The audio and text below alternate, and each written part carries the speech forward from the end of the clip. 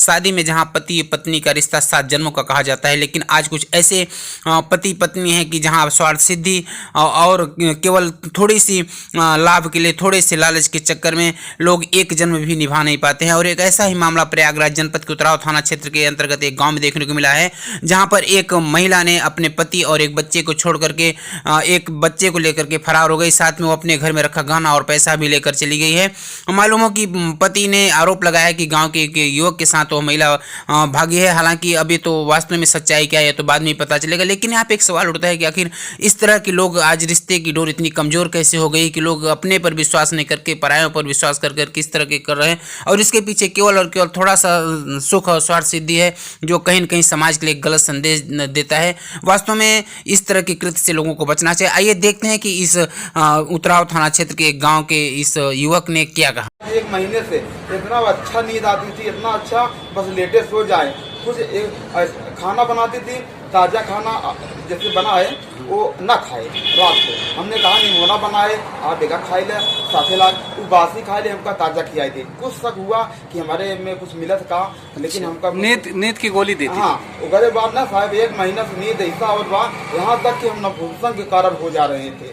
हम उसके बाद हम कहा पूजा आखिर का होत बा, कुछ समझ में ना आया। और बा कहा तू तो सो ही जाता है। फिर उसके बाद 28 के रात के भैया पता ना हमारे भगवान का चाहे रहने से सो गए। 2 बजे आखिर खुली तो हमारा छोटा लड़किया और पूजा गायब हमारा व्रत। तब उसके बाद हम बड़का लड़किया के देखे। कुल बच्चे कितने हैं? 2 बच्चे हैं, दोनों लड़के हैं। हाँ, बड़का लड़किया हमारा सोवत रहा। अब चारों कहती अगल बगल देखा था, कहूँ दिखा ना 2 बजे रात। हाँ, 2 बजे रात हम पागल हो के अवधेश लग गए। हमारे मित्र हम गए, हम कहा भैया ऐसी ऐसी बात है, पहले ससुरा के फोन लगावा ना, हमारी बुद्धि खराब बा। तुरंत अवधेश फोन लगाए, आशीष की। राहुल बोले आशीष नहीं है। अब बताओ हमारा दिमाग खराब है, अवधेश कहाँ लाएंगे साला हुए। हम कहा भैया वही लेंगे, बल्कि तू समझाया तब ना माने। आपकी उम्र कितनी है? हमारी उम्र कम से कम 25-26 साल हुई। अच्छा, उतनी लगभग आपकी पत्नी की भी उम्र होगी।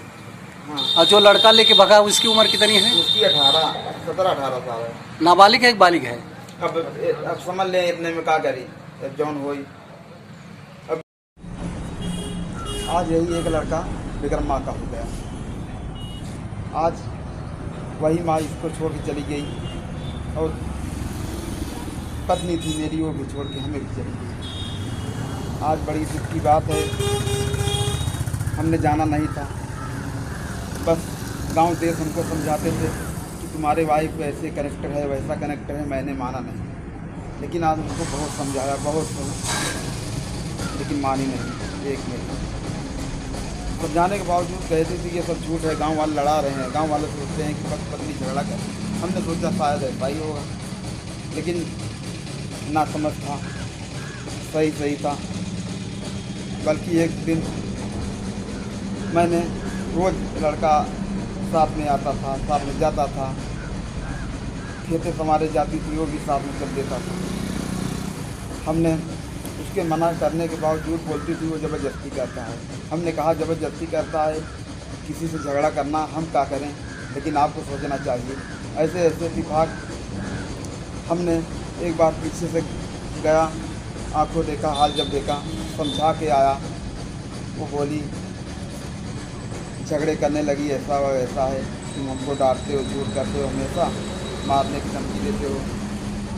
हमने कहा तुम्हारे वहाँ एक बार बताया था, समझाए थे, लेकिन आपको दिमाग ख़राब है। लेकिन कोई भी बात मानने को तैयार नहीं। बल्कि हमारे पास कम से कम 2 लाख रुपए लोन कर्ज है। आज तक हमने मड़ई नहीं बनाया। 2 लाख रुपए का कर्ज है, मड़ई नहीं बनाया। सोनाटा का कर्ज ले, सारा पैसा खाता में आया। आज तक उनको मलकाना दिया, लेकिन वो कोई मेरी एक न मानी। वो पैसा हमने 2000 निकालना कहता था, पता नहीं कितना निकाल के कितना है कितना, आज तक हमने जेजा नहीं लिया, मलिकाना दे दिया।